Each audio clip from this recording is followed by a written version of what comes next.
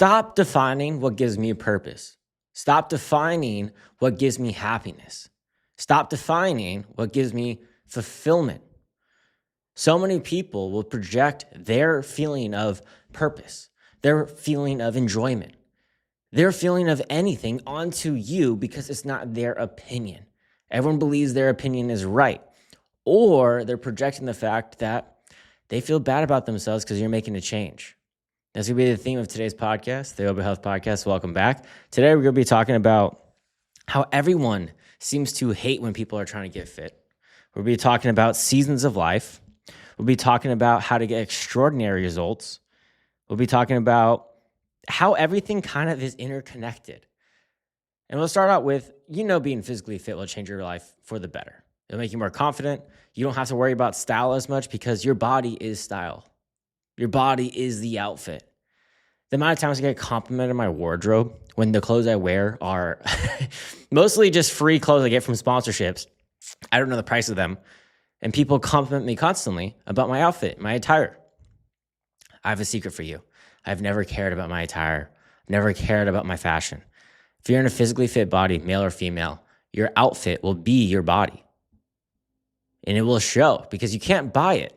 Nowadays, you can buy it with a shot to get skinny. You can't buy muscles. You can't buy defined muscles. You can't buy toned muscles. You can buy skinny. You can buy the malnourished Hollywood look that all these people look like skin and bones. To stand out, and I'm talking male and female, have muscles. We're out the other day and someone complimented my girlfriend having big arms. Not big arms, sorry, that's not the right thing. Having muscle. Strange. I never thought people actually cared if women had arm muscle and things like that, but it stands out. By no means am I saying my girlfriend has big arms. She has defined arms and toned arms. She would kill me if she was listening to this saying I had told her she has big arms. But whenever you make a change, it makes people feel worse about themselves because you're doing something that betters you while someone else is staying stagnant to themselves. So you're holding a mirror to their bad habits. So now they want to project their bad habits onto you. So you stay in the circumstance that you are in currently so they don't feel bad about themselves. And that can come from friends, families, and partners. The partner one hurts the most. That's why I always like to say, if you're in a fitness journey, you should just carry on with your spouse. Like, do it together. Because if you're not doing it together, it's going to cause friction in the relationship. That is an honest truth. Either you're going to fall off plan or someone's going to get more attractive and the other person's going to feel worse, and there's going to be that friction, and the person that feels worse about themselves is actually going to start treating you worse or make small passive-aggressive comments, and those comments are going to add up and be detrimental to the relationship. So I highly recommend, if you're on a fitness journey, bring your partner with you because it's your biggest support factor. If you both are not on the diet together, the food's in the house, you're going to constantly be looking at what the other is eating, and you're going to be like, hey, why'd you order that? It's going to make it so much harder for me to diet. The other person could be like, why are you eating that? You're making me feel like crap for eating this crappy food right here. So it's just a recipe for disaster. Right away, just start. Same page, same journey, together. Do it together. It is the best possible situation. Then you also have an accountability buddy. If someone's fallen off plan, the other person can fall off or not fall off plan, put the person back on plan, and you'll just work in some synergy. But I like to say partners are an amplified friend. Because at the end of the day, your partner is your best friend. It should be, at least. We're not a relationship podcast, but they should be your best friend. So if your friend is trying to project things on you, or if your partner does, your friend's going to do it at a smaller level because you're making them feel bad, like we addressed before. And people always like to say, oh, the average person doesn't do that. Do you want to be the average person? Seriously. The average person is not in a physically fit body, hates their body, has health side effects. They are poor. I hate to say it, but they don't make enough money because they don't challenge themselves to get a better career. They don't work hard enough in any way, shape, or form, and they don't have discipline. And I say the average person because how you show up in one area is how you show up in other areas a lot. And that's why I always say, if I gave you a dream body right now, how long are you going to maintain it? If I give you $1 million, how long are you going to maintain it or make it actually more than $1 million? And I say the caveat with money because the disciplines are very similar. And I don't want to overshare about this person, but I had a client, they were over 400 pounds. I'm not going to share their information so you don't have to find the person, but they had issues with money. They actually were making over $15,000 a month and they were living paycheck to paycheck. Sounds really strange. How are you paycheck to paycheck making 15 G's a month? It's because their spending habits were horrific. They had no discipline with money. And they weren't even extravagant life. They lived in a one-story house. They drove a normal car, a sedan, It wasn't a big deal. It was, I think, a Toyota. It wasn't a fancy car, and yet they were paycheck to paycheck because they had no discipline in that area. So when you take your health, you actually are disciplined in other factors. And I've even had clients that was a debt collector, or I think he's a debt collector. He got $45,000 additional in commission. I think he was real estate or a debt collector. Oh, no, we had both. We had a debt collector and a real estate. One of them had an additional $45,000 just because they're in a physically fit body and got them confident, and they had discipline, more work ethic in the work area because they're disciplined in their health. It carries over. How you show up in one is how you show up everywhere. And I hate to say it, people put you in boxes in the first 3 seconds. And the sad truth is, not even the sad truth, let's just be freaking honest. People do care how you look. The first thing they notice is your appearance. If you are dressed properly, if you're in a physically fit body, do you have enough self-respect in your body? That is truly what people think. We don't live in this fairy tale where it's like, oh, they care about my personality so much. Your first snap judgment is made off your appearance. Most of our perception is formed immediately. The first thing I learned as a CFI, the law of primacy. First learned, strongest learned. That's why your hometown friends will never see you differently, even if you change your life. That's why you have to change your environment. That's another factor, just changing your life as a whole, being more successful. Change your environment. Because people around you will always see you as who you were. And it's so hard to break out of that circle you are in because you're around those people that keep bringing you back to baseline. When you are not at that baseline, you are far better because you are changing your life. But primacy, I'll show you a really crazy example. So when you're flying, you're a flight instructor, there's 3 things you say. You say, hey, your controls. You say, my controls. You say, your controls. It's a 3-way communication. So the instructor says your controls, and then the pilot says my controls, and then they do all that. And so when you're going to land, the pilot is just flying, he's about to land, and he wasn't going to do a good landing. And the flight instructor immediately freaks out and says, my controls, about 10 feet from landing. So this student took 60 days to get this landing down. One singular landing. It took 6 months to break this habit because right before he landed, he would scream, your controls, because that was the first thing he ever learned. Law of primacy. So when you're meeting people the first time, the first impression, when you're networking, when you're meeting a new boss, when you're meeting a partner, when you're meeting a spouse, friends, family, it doesn't matter. First learned, strongest learned. And they form opinions really quick. They put you in a box really quick. We live in a society where people love to live in black and white. They don't want nuances. That's why in social media, you have to talk to a 4th grade level. That's why you have to have no nuance and you have to say the viral claim. People don't like nuance. So if you are not dressed accordingly, if you're not in a physically fit body, people will judge you. I don't make the rules.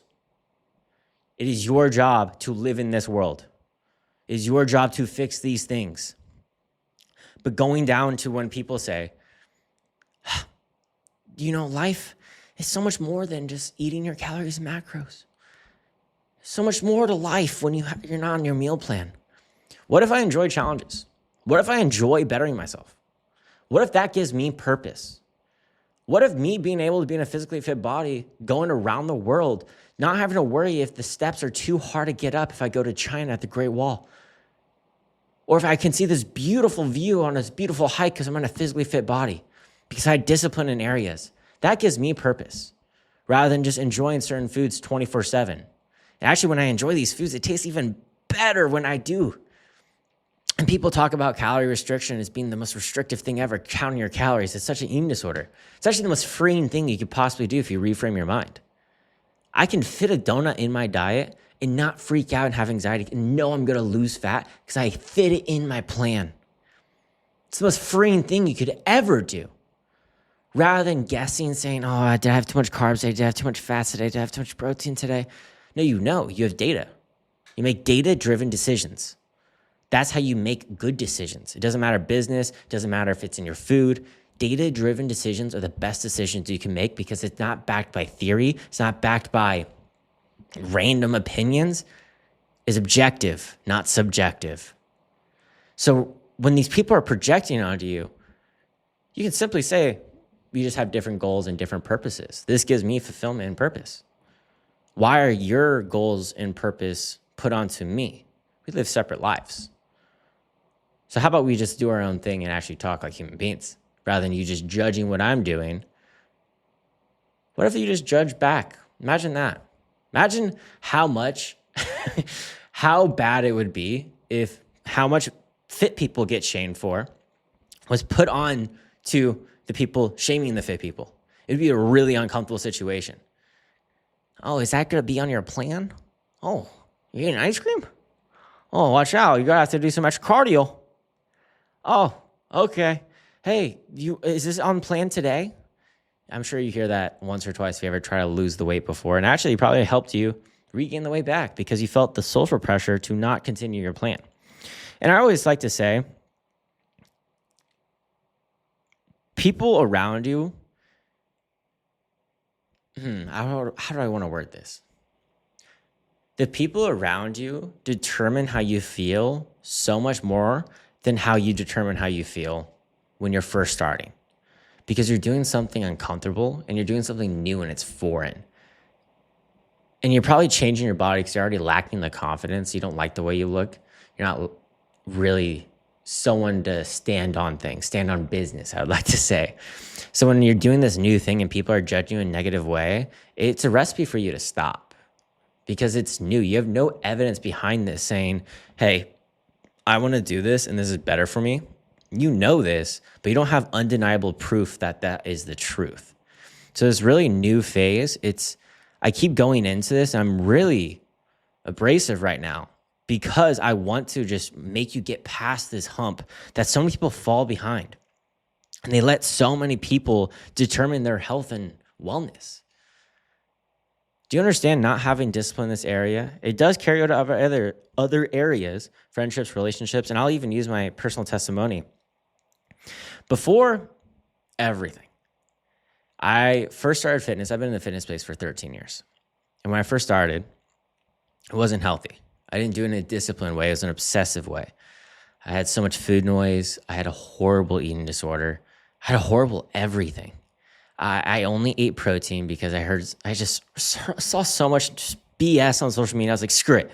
I have so much anxiety around food. I'm just going to eat protein because you can't go wrong with eating protein. So I'm just going to eat protein. I was eating over 300 grams of protein a day. Nowhere near the amount I needed. I should have had substantially less. And I had horrible gut health. I was constantly bloated. I was holding water constantly. And I was sub 10% body fat. I had loose hair. I was losing hair. I had horrible testosterone. My hormones were out of whack. My gut health was horrendous. I thought fiber was an anti-nutrient when I first started. I genuinely thought it was bad for my health because I saw a video on it before I actually got proper education. And I had all these things. And I was like, damn, I hate my body. And it turned into a very binge-like habit. I never purged, but I started binging. And this lasted for 6 years. I had so much anxiety around food. I couldn't eat carbs. I couldn't eat fat. I couldn't eat sugar. I couldn't eat any of these things. And I was a shitty person. I really was. I was a horrible partner. I was a bad friend. All I cared about was myself because all I could control was my food. And I just constantly was thinking about myself. And so that's why it's not discipline. It's obsessive. And it wasn't carrying over other areas. I was broke, dead broke. I had no purpose, dead broke. And I became a personal trainer. And this personal training, I wasn't making enough money, to be fully honest. The commercial gym, the commissions were not good. I didn't know how to market myself. And I just wasn't really a happy person. I was like, they don't have my discipline. They eat carbs. They eat fats. And I was just a shitty guy. Then I had areas of my life that were very traumatic and just basically push came to shove. I had to show up. And I was on my own, just not making any money. I got out of the relationship, and I was a bad partner, like I said before. And I made a snap decision, and this is genuine truth. You can make one snap decision to change your life. I started showing up for myself. I snowballed into the right direction. I actually started taking care of my health, not just how I looked, my health. Because you only care how you look. Don't get me wrong. It can just be you want to improve how you look. It's a big driver. That's why I started. Don't get me wrong. But I cared about my health because I couldn't deal with the gut issues. Couldn't deal with the bloating. Couldn't deal with not having any hormones. I couldn't deal only eating chicken. I couldn't do it anymore. So I started learning, and then I became a flight instructor. I really put my head down. It was a hard thing. I learned on my own. I paid it all the way through myself, and I learned a lot of valuable things. I learned how to actually teach. Genuinely learning, I gained my teacher's license as a flight instructor. I could teach legally. I get my Lululemon discount to be a teacher discount. And I genuinely learned how to teach properly. And it actually made me a better trainer. And I started showing up as a better partner, got in a relationship, and I was a better person. I was a better friend. I started showing up for my community. Financially, I was starting to do quite well. I was showing up and working nonstop because my purpose was to help people. And I started showing up for my health, and it all snowballed into the right direction. It genuinely was one snap decision. Just one day. It wasn't a slow, gradual thing. One day, I completely changed from being a crappy person to genuinely just trying to be better. One day. That's all it took. And everything in my life changed. Not just my health. Everything changed. And imagine I let someone deter me from that one snap decision. I would have been filled with regret. I would have hated my life. And I'm going to be fully honest. You don't need more information. We actually did an audit. We had my tech team did an audit. Do you know over 80% of you said you know what you need to do? You just need someone to make you do it. You need to have that snap decision. You need to show up. And I'm going to be the person to tell you, today is the day to start. If you're listening on this podcast, today is the day to be intentional with your life, to improve your life for the better. Seriously, stop putting off. Stop putting off till Monday. Today is the day. You know what you need to do. Maybe 20% you never even heard of before, but that's actually personalized information, not social media information. I gotta say, people say, I know what I need to do, and then they're only tracking calories and protein. So I will say that. But just start. Start today. Seriously, it will change your life for the better in every factor of your life, and I'm not exaggerating. And if you like today's podcast, please like and subscribe. And we're trying to get to 50 reviews on the podcast. That would be fantastic. And we're nearing 1,000 subscribers on the podcast. If you're watching on YouTube, you see the 110,000 subscribers. This is for the Spotify listeners. Let me know in the comments what topics you guys want to see. And if you want one-on-one coaching, click the link down below. Until next time, see ya.